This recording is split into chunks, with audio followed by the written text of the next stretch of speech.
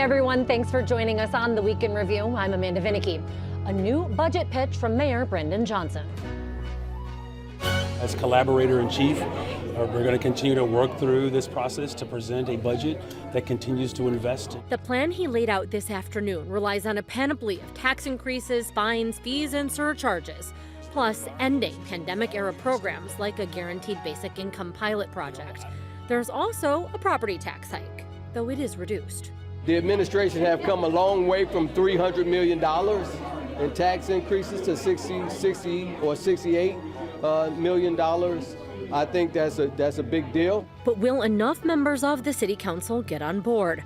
Some are questioning what Johnson knew and when about allegations of former top aide harassed employees.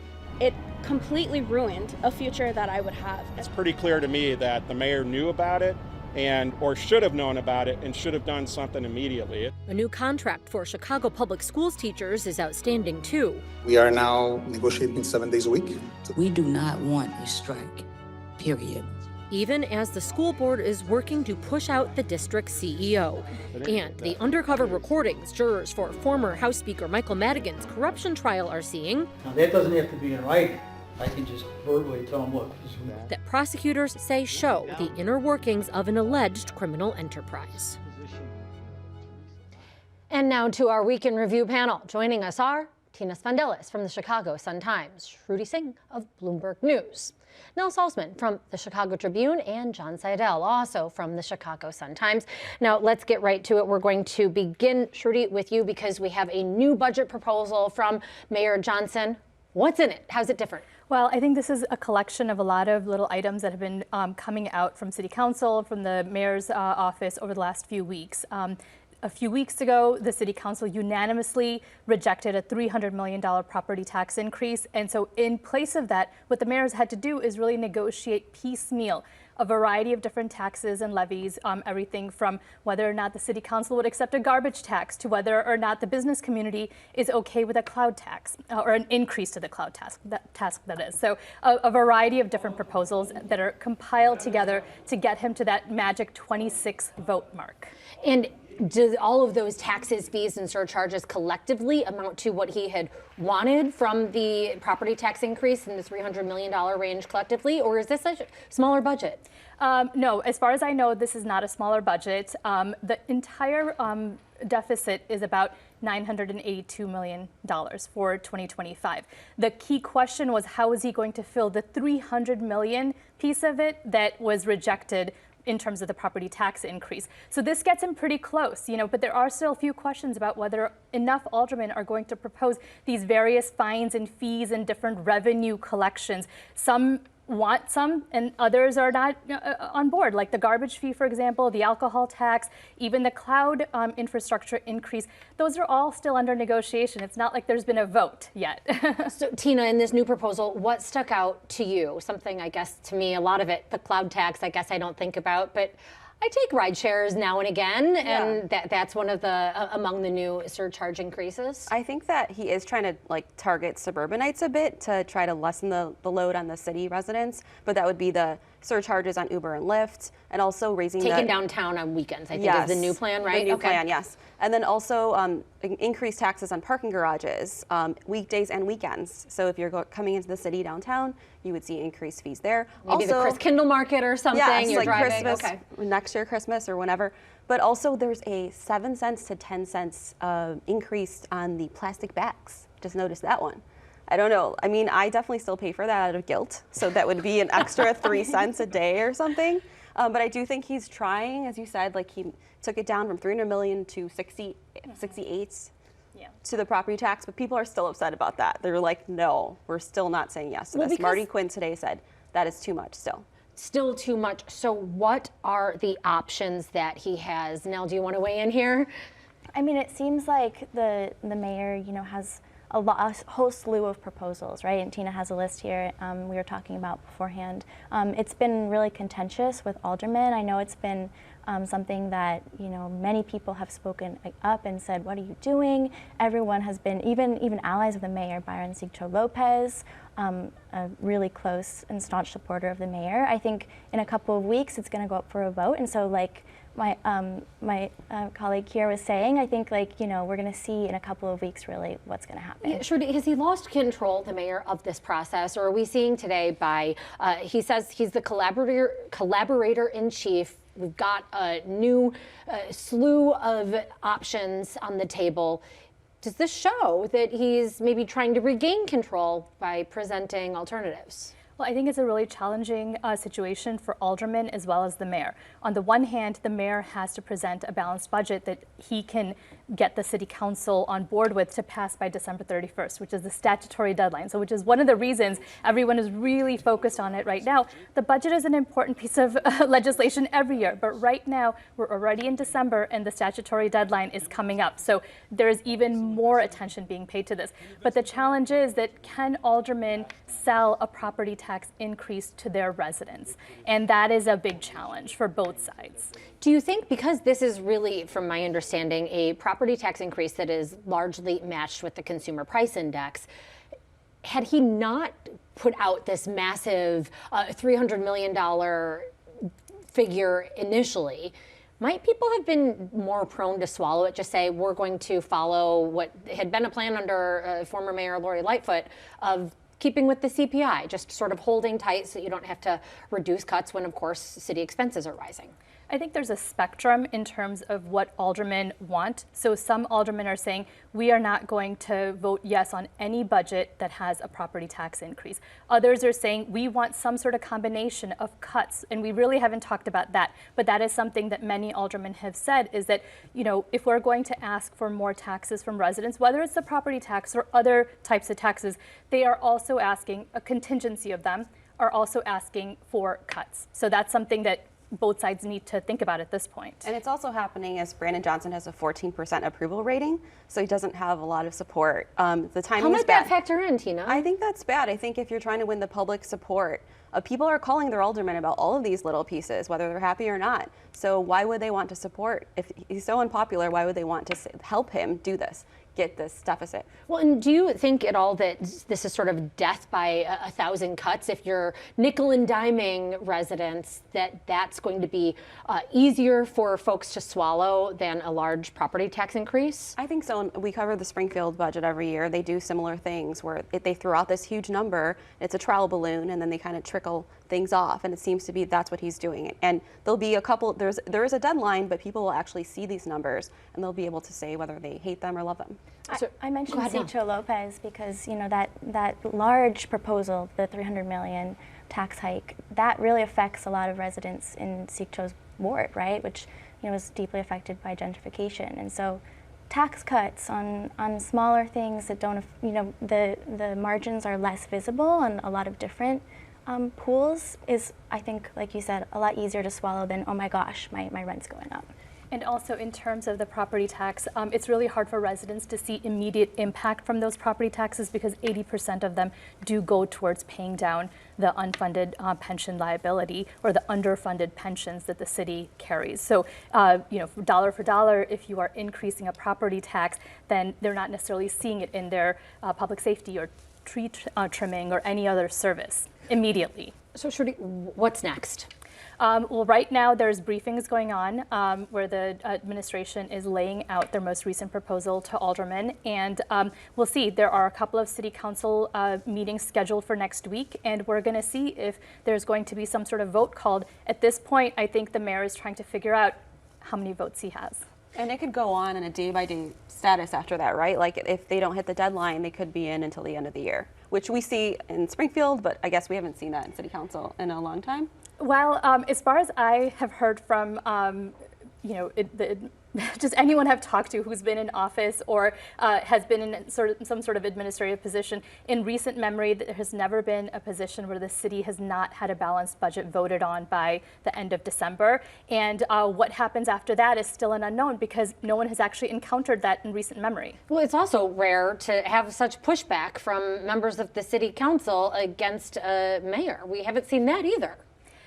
I mean, you know, I've been covering the city for a few years now, and I can say that the activism in terms of the what I hear from the aldermen seems to be increasing year after year, and that's just an observation just from watching so many city council meetings. But I think it's also partly because of the fiscal pressures that the city largely is under. And so does that prove, and this is the last question on the budget, does this prove to sort of the mayor's point that things are just such a mess in the city of Chicago that he has inherited all these problems and is just trying to right the ship? He shouldn't be taking the blame. That's a part of it, but he's in charge. He has to figure this out. This is the thing that people elected him to do. And he says over and over, he says over and over again, you know, he's doing things differently, right? He calls himself a collaborator in chief, and he wants more communication with aldermen. And the fact that there are more specific cuts and sort of options laid on the table, Tina and I were discussing before, means maybe there's a solution before the new year. And John, you know, we are going to turn to you now. We have not been ignoring you. You have just not been paying close attention to the city budget machinations because, oh wait, you have been in trial where you don't have the option to do that. Covering a trial, by the way, difficult. You can't record the proceedings or anything, so you've got to pay close attention and be vigilant. He hasn't seen the sunshine in like 6 weeks. Right? Jokes about me needing some natural light. Some vitamin D. Weekend is coming. Weekend is coming. So, John, this is, of course, the trial that you've been covering is the corruption allegations levied against former House Speaker Michael Madigan, as well as his co-defendant, and that's his close friend lobbyist John McClain. Mike McClain. I'm sorry, you're John Seidel. So, John, can you please just generally share observations? This trial's been going on. It finished its 7th week, I believe. How have things been going? Is this about what you expected it to be like?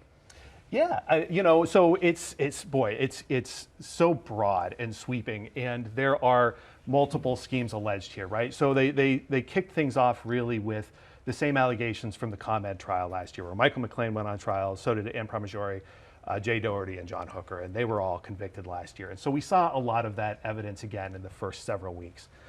And then Danny Solis took the stand. And we shifted into a whole new phase of this trial with allegations we hadn't seen before involving Michael Madigan's law firm.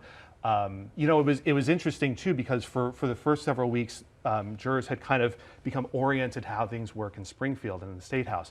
And all of a sudden we're talking about City Hall and they're getting a lesson on City Hall politics. And but that just kind of speaks to just the wide range of evidence and allegations here, that it goes from Chicago to Springfield in one trial. So if you weren't, say, somebody that's sitting at this table that has to follow this, it is part of their occupation, is it easy enough to follow?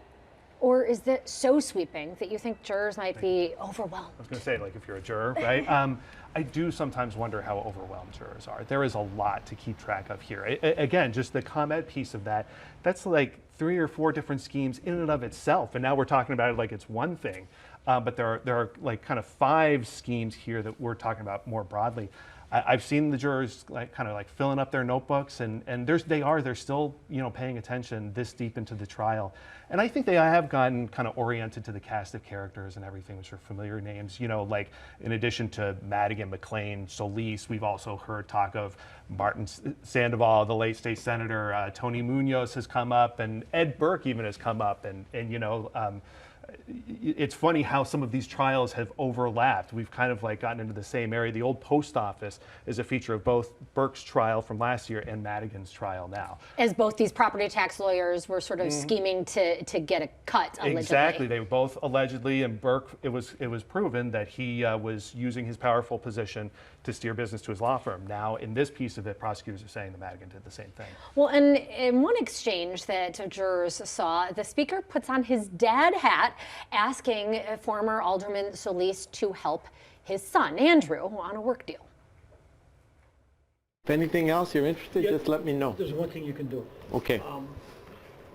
You got Andrew a meeting with, is it?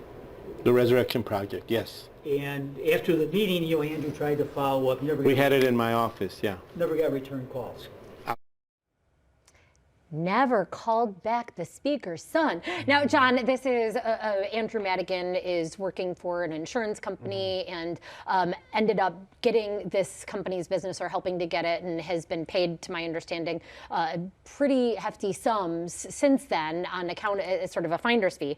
But Andrew, not accused of wrongdoing, by the way. But I just wanted to go to this example, because is this where you see just a dad trying to look out for his kid, as most fathers would do, or is the allegation that there's something more to it? What do you see out of that exchange? Well, I think this is really important, because what happens before Madigan brings up the Resurrection Project is Danny Solis is asking for Madigan's help landing a paid seat on a government board. He tells Madigan he's going to run for re-election on the council, but then he's going to leave after 2 years, and he wants a seat on a board that's going to pay him. So shortly after Solis says that and tells Madigan, and I'll help you, I'll continue, you've been good to me, I'm going to help you. At first Madigan says, don't worry about it. Then he brings up the Resurrection Project, and Solis does arrange for a meeting, and that ultimately leads to Andrew Madigan making $43,000 out of this deal. Now again, Andrew Madigan not accused of wrongdoing, but you see, help me with the state board seat. Madigan says, there's something you can do for me. Son winds up getting $43,000. So this is sort of the tit for tat that prosecutors are alleging was the speaker using his elected position to really ingratiate himself in those close His influence with incoming Governor J.B. Pritzker, who at that point I think was still running, but it was the general sense that he'd be elected. Now, each of you have not been in the courtroom. I'm just curious, any takeaways? Tina, of course, you particularly follow Springfield closely. Is this the Madigan that you're used to? The Madigan that we're used to is very careful, so we're not used to seeing these tapes and him talking about his family. I think he's been very secretive about his family, or he's very private. So this information about Andrew Madigan I found to be very interesting. It's what everybody always assumed was happening, but we actually see some proof. And also just the steering the business to his law firm. Everyone has written stories circling around that for decades, and now we're kind of seeing some of that spelled out in the trials. Those are the parts that I thought were the most interesting. I was also struck by how he pays attention to detail, something that we've long known about the speaker. He asks the questions, knows word by word, street by street sometimes, but also that he sort of laughs and is open about questioning progressive Democrats and where they're going with agendas. Anything else before we move on, John, that you want to point out, because this is kind of getting close to a conclusion? Yeah, we're getting real close. I was going to mention that clip early when the show started. You got to look at the Bruce Rauner punching bag. That was found in Madigan's office. So you do see a little bit of lighter side of Madigan. But yeah, the government says they could be arresting as soon as this week, and then it's going to be up to the defense and what kind of case they're going to put on as far as how many witnesses they're going to call. Otherwise, we could be getting close to closing arguments. And do they want to end this year, like send the jurors home, or they're going to forget about everything for Christmas and come back? I think that's a real question, because if closing arguments push right at the jury has been told they won't be at the courthouse during Christmas that week. And then New Year's week, it's like there are 2 days at the courthouse that they're expected to be there. So do you want to end on closing arguments and then wait 2 weeks for them to start deliberations? I don't think we know how that's going to happen yet. Maybe they'll be back in a very jolly mood. That punching bag, by the way, because of course Madigan and former Governor Bruce Rauner really went head to head. So wondering if that was a gift and from who. So Madigan, if you're watching, we want to know. Now, I want to focus now on Chicago Public Schools, because you had a scoop this week that the CPS CEO, Pedro Martinez, was offered a buyout from this new Johnson-appointed board. What can you tell us? The lawyers representing the Board of Education did call Pedro Martinez this week and offer him a buyout, basically, offering to give him money to leave his job. And do you know how much? So that is a number that you could calculate yourself, because it's it's hundreds of thousands of dollars. It's 180 days of salary plus 20 weeks of severance pay. So it's can be close to $200,000. It's a number that the CEO, he makes $340,000 based on his 2022 contract, but he also has health benefits and those types of things. So it's a lot of money. So why did he reject it? He rejected it, because he has rejected offers, not offers, but requests to leave his position, and he wants to, I haven't spoken to Martinez, but he's made it very clear that he doesn't want to leave his position as CEO of Chicago Public Schools. Have you spoken with any of these board members about why they so badly want him out? It's a good question. You know, I was covering the board meeting this Wednesday, and I was sitting in the auditorium with the other reporters and the spokesperson for Chicago Public Schools, and every single meeting, it's a common experience, I think, for reporters, any reporter who's covered a board meeting, right? You're sitting there and waiting, and we wait for hours. It's like, who's gonna buy the pizza, you know? Like, we're all waiting, but we ask at the end, and they just every single time decline our questions, every single time. I think, you know, a few have given out their numbers. I've had very limited you know, success in reaching them. I've tried to reach the city officials to say, can we have a meeting? Can we sit down? But no one wants to talk, so it's unclear. That's atypical, right? For those of us who are journalists, to have members of a board that is this public facing refuse to speak with journalists. Well, there's been a lot of uproar in this board and in CPS, so it's understandable why they don't want to talk, but it still doesn't account for that because they need to be transparent with reporters. And a lot of these talks happen in closed session. That's what we're waiting for them to get out of closed session. And so it's unclear what's going on. And to also complicate the matter, it's in the middle of contract negotiations with CTU. And so there's a lot of things happening behind closed doors and numbers being flown around and accusations from both the district and the union, you know, saying you're lying, no, you're lying. So we don't know what behind closed doors was said about Martinez and his future. What do we know about the Chicago Teachers Union strike? They have narrowed their demands. Absolutely. Or not strike, I'm sorry, contract negotiations. No Strike. No strike, it's true. Everyone's been asking that, right? Will there be a strike? Will there be a strike? I think looking back to 2019 and memories from that, I mean, every single time I think is different, every year is different, and this particular situation right now, CTU has put out a roadmap saying that they want to negotiate with CPS. CPS came out the week before Thanksgiving saying your proposals are too much. They're going to cost us $10 billion. Now sources are telling me that, you know, $10 billion is a big number, and this roadmap that CTU has put out is significantly less than $10 billion. Is there a number? I was not told a number, and CPS has not given a number in terms of what CPS says, and CTU is not also putting out a number.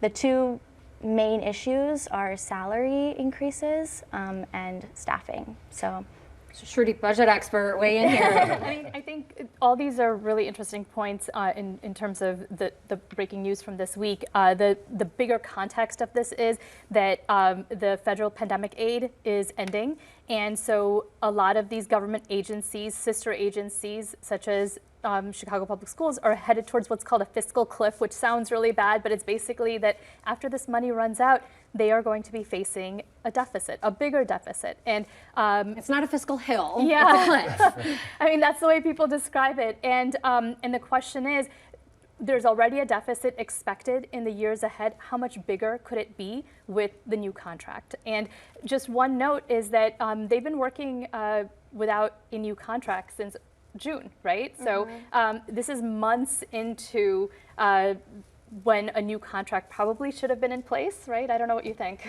Right, yeah, and you can think about it as well. If you look back to 2019, those negotiations happened a lot earlier. So when you said strike, you know, everyone's asking, will there be a strike? Will there be a strike? It's pretty cold to have a strike right now, you know. I don't know if... Sometimes it comes down to practicality. Yeah. It's less about politics. It's just that you don't want members on a picket line when it's whatever below. Exactly, and if these negotiations wrapped up, you know, or didn't wrap up, whatever went on and there was a strike, then it would be really cold. But now isn't there also another timeline, of course, and that is 30 seconds left, but a new board coming in. Is that the deadline that folks are looking at?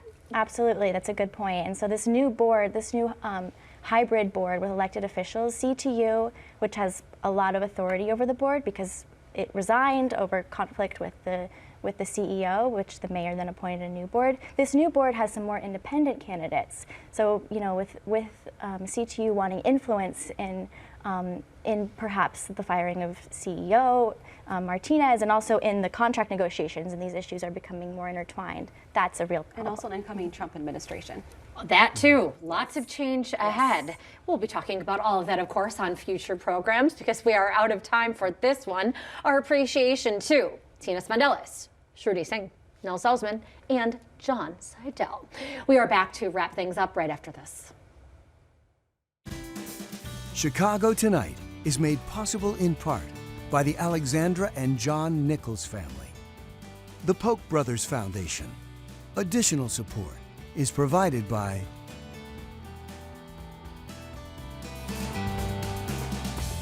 tonight's presentation of Chicago Tonight, Week in Review, is made possible in part by Ann and Rich Carr, BNSF Railway, Francine and Dr. Anthony Brown, and the Mollenhauer Progressive Philanthropic Fund in honor of Ida Mollenhauer, supporting quality journalism.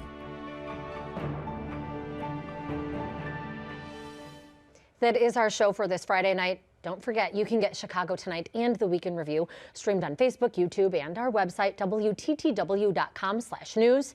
Now for the Week in Review, I'm Amanda Vinicky. Thanks for watching. Stay healthy and safe, and have a good night. And happy holiday weekend. You know, we did not talk about Rahm Emanuel. He is going to be coming back from Japan because, as you noted, a new White House, Trump will be coming into the White House. So, Tina, what is next for him? Not DNC chair, which his buddy David Axelrod was trying to throw out his name for. Maybe Senator Durbin's seats. Maybe running for governor if Pritzker doesn't run, but I don't think that's going to happen. And maybe mayor. Maybe mayor again. Maybe mayor. Do we think that Rahm would be palatable to Chicago voters, particularly the progressive wing of the Democratic Party? Still upset. Could there be some pining for kind of like the way things were? I don't know. It's been a rocky road. Let's say it that way. It's early to think about the mayor's race, but not really. We've already had names floated, right? Mm-hmm. Yeah. Names floated. Speaking of change, we have a new state's attorney in Cook County. That is Eileen O'Neill Burke, and right away she voted to crack. Closed captioning is made possible by Robert A. Clifford and Clifford Law Offices, wishing all a happy and healthy holiday season.